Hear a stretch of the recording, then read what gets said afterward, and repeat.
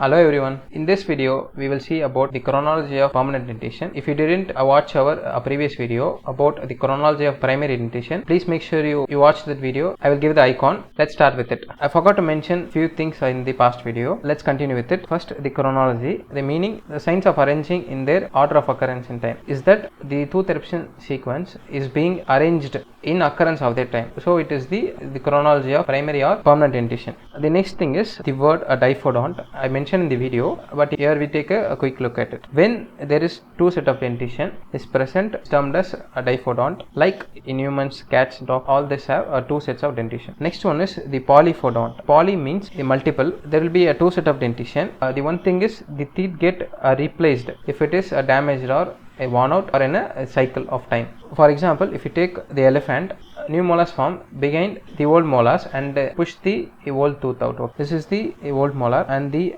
new molar forms behind this. This is like a conveyor belt, comes forward and push out this old molar. This takes place in a cycle. For example, I am saying I think there are 6 cycles where new set of teeth that forms and erupts in the elephants. Next is the definition for tooth eruption. Is the process whereby the forming tooth migrates from intraosseous location in the jaw to its functional position within the oral cavity. If you consider this as a arch, there will be 1, 2, 3, 4, 5. 1, 2, 3, 4, 5. Total of 10 teeth in arch. If you take the tooth which forms in the bone, forms and gets a shape, the root is formed, then it comes out of the gums as this soft tissue into the oral cavity. This is termed as the functional position of the tooth. It comes out of a particular location and starts its function. Let's quickly recall what is said in the previous video. The main thing to remember, the pattern of eruption in primary teeth, the maxilla mandible. If you remember, A for central incisor, B lateral, D for first molar, C for canine, E for second molar. The only thing is before the eruption of canine, the first molar comes into the oral cavity. This is a significance in primary dentition. This is the chronology of primary dentition. I had given two tables. First table is from a textbook of Wheelers. If you take the Wheelers, the pattern will be the first tooth which erupts is mandibular central, then the maxillary central, maxillary lateral.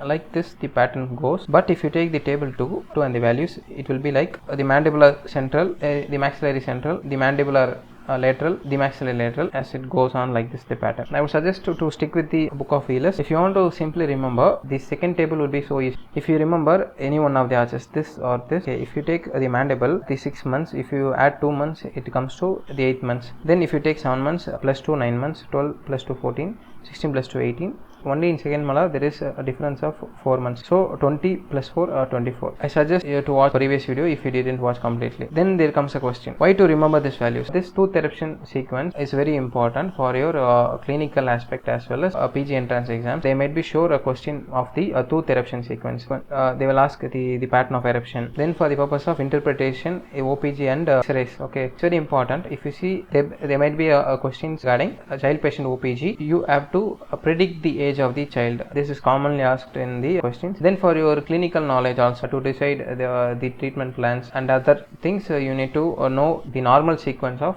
tooth eruption. The another important factor to remember the chronology of tooth eruption is that we can also predict the development of malocclusion. Now we come to the chronology of permanent dentition. For the primary dentition, set A, B, C, D, E. Similarly, for the permanent dentition, it is numbered as 1, 2, 3, 4, 5, 6, 7, 8. Remember this. Okay, this is also for the tooth numbering system. I will make a separate video for it. Let's just continue with it. 1 for central, 2 lateral, 3 canine, 5 second premolar, 6 is first molar, 7 is second molar, and the 8 is third molar. If you take, there are 8 teeth per quadrant, then the total of 4 quadrants, so 8 4 32 permanent teeth in a complete mouth. I will explain a quadrant in the tooth numbering system. Let's start with the formation of a permanent teeth. First evidence of calcification. For the permanent tooth, it starts soon after the birth. From the day 1, the first teeth to start calcifying was permanent first molar. The last tooth to calcify was third molar at the age of 7 to 9 in maxillary and 8 to 10 in mandible.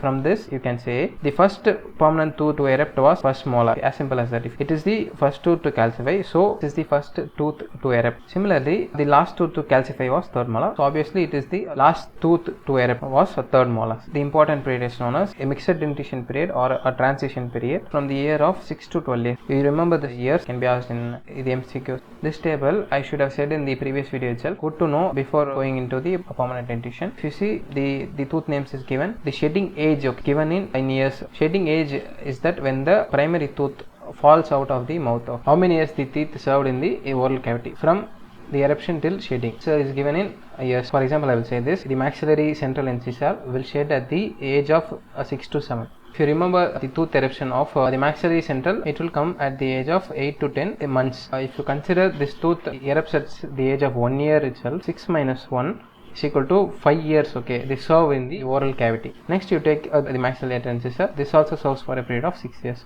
From this values, you can see the long-standing primary tooth is canine, followed by first molar, the second molar, later then the central incisor. Another key point is that the first tooth to erupt was the first tooth to shed in the primary dentition. The first tooth to erupt was the central incisor at the age of 8 to 10 months. So it is the first tooth to shed at the age of 6 years. If you take for the mandible, the canine is the long-standing. For approximately 8 to 11 years, it stays in the oral cavity. If you want to take a screenshot of this table, the eruption of permanent tooth begins at 6 to 7 years and it continues till 13 to 14 years. Then comes the period of inactivity, a quiescent period of 4 to 8 years. The third molar usually it erupts at the age of 17 to 21 years. So from this to this, there is a period of 4 to 8 years. There will be no tooth eruption. Then finally the third molar will erupt and complete the permanent dentition. This is a fact. The average time primary teeth serves in a oral cavity was about 10 to 15% in the entire life, or in other words, the human spend 10 to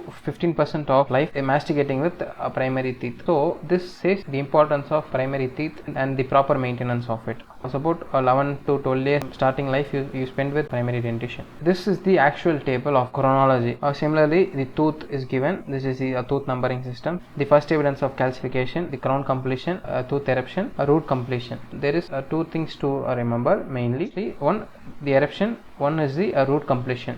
If you take the primary dentition, you can remember the eruption alone. I will quickly give the examples of this. First thing is the eruption. Okay, if you take this is maxilla and this is mandible. If you take the central incisor, actually it erupts at the age of 7 to 8 years. Then the another important thing is root completion in the permanent dentition. The MCQ will come based on root completion. I will give the example why you have to remember. There will be a question: an 8-year-old child comes with traumatic injury to the central incisor, that is permanent. What will be your treatment? You have to note, you can say this is a permanent tooth, so I have to do the root canal treatment. No, you cannot do the root canal treatment. Why? If you take the age of the child, it is only 8 years. Then this term comes open apex and a closed apex. Okay, this terms comes when you say about root completion. If you take a central incisor, the age of the child 8-9, the apex will be open. The apical constriction will not be fully formed. If you take a closed apex, is that after the root completion, it will be like this. The apical constriction will be there. You cannot do a root canal treatment in open apex tooth. Okay, because if you do the root canal and fill the root canal filling material, there is no constriction to stop the flow of the material. So you have to do a separate procedure called apexification or apexogenesis. If I further go on to this goes to a different, the endodontics part, so stick within chronology. Okay. I just want to tell the importance of remembering the root completion, as simple as with this example. So if you remember the tooth eruption, you can easily calculate the root completion. For the maxillary, only the canine premolar, the first premolar, second premolar and the second molar will take 2 years. Other than this, all the tooth usually takes 3 years. Only the third molar has 1 to 4 years. Similarly, if you take for the mandible, all the teeth takes 3 years of difference from a tooth eruption to root completion. But in the premolar alone, there will be a 2 years of difference. So you can easily remember. You go through this table twice, try to remember the age. Then there comes the sequence of eruption. This sequence was calculated by studies. This is the common sequence of eruption in permanent teeth. 6 is for first molar, 1 for central, 2 for lateral, 4 for first premolar, 3 for canine, 5 for second premolar, 7 for second molar, 8 for the third molar. First I will say about the mandible. It's very simple to remember. First permanent tooth to erupt was mandibular first molar, followed by central, lateral, canine. You can see 1, 2, 3, 4, 5. the 6 comes here, so 7, 8. But in the maxilla, the only difference is that before canine, the first premolar comes into the oral cavity. Then there comes a difference between canine and second premolar, where in some of the population, the canine come before the second premolar, or the canine comes first, then the second premolar. You can see it will be a crossing between this. Now I will say the tips to remember the eruption sequence. I had given maxilla mandible age in 6, 7, 8, 9, 10 level till 12, then 17. The tooth name. Similarly for this I given. There can be two ways to remember. One by the class in the sense the standard of the child they studying. If you take the first standard, it will be usually 6, second standard 7, third, fourth, fifth. At the age of 12, they will be studying at the 7th standard. If you take a child of class first standard, there will be 3 permanent teeth. 1, 2, 3, like the molars, then 1 central incisor. If you take a class of second standard at the age of 7, there will be central incisor, the lateral incisor. At the age of 8, at the 3rd standard, all the incisor are erupted is that these 2 incisors and these 2 incisors. Then the molars. At the 4th standard or at the age of 9, only the canine, the mandibular canine might have come. Similarly for 10, at the class 5th, the premolars would come. Similarly the premolars will come. I said no previous, there is interchange between a canine and second premolar. Okay, you can see this is what I given. Then similarly for the age 12, the second molars will come. After that there will be a long period, like see, if you take this is the 7th standard, there will be a gap of around 5 years, then only the 3rd molar starts to come. That time they will be at the college level. If you remember by class or the age, you can easily remember the chronological order of tooth eruption. By this you can calculate the root completion. If you take the age of 6, the molar comes, it will take around 2 to 3 years. At the age of 9, the root will be completed. If you see the molars, okay, it will be 6 to 7. For at least 3 years, the age of 9, the root will be completed. It's very simple to remember. If you remember by this, these things you should know. There is 2 different things: age prediction, then the maturity assessment. First we see the age prediction. In the terms of say it is a prediction. You are guessing the age. It assesses the unknown age of the patient. It is mostly used in forensic and archaeological applications. If you don't know the age of the patient, you want to find the age by a dental tool, then you can find by they add a primary teeth or a permanent dentition or primary dentition. The age prediction can be done. How it is calculated? Mostly it is predicted by a last tooth that erupted. For example, the permanent first molar is present in the child, then it is definitely above the age of 6 years. Like that they will come to the predict. Then we see the maturity assessment. What is maturity assessment? The assessment of dental maturation and development, formation of teeth. This is to assess the growth there in the child. This is done from a known age of the child. If you take 6-year-old child comes to you, normal eruption sequence is present, then you can say this is a normal growth of the child. If there is any variation, you can assess the developmental delays. Where it is used? It is used to calculate the developmental stages of teeth and correlate with the chronological age. The chronological age is the actual age of the patient.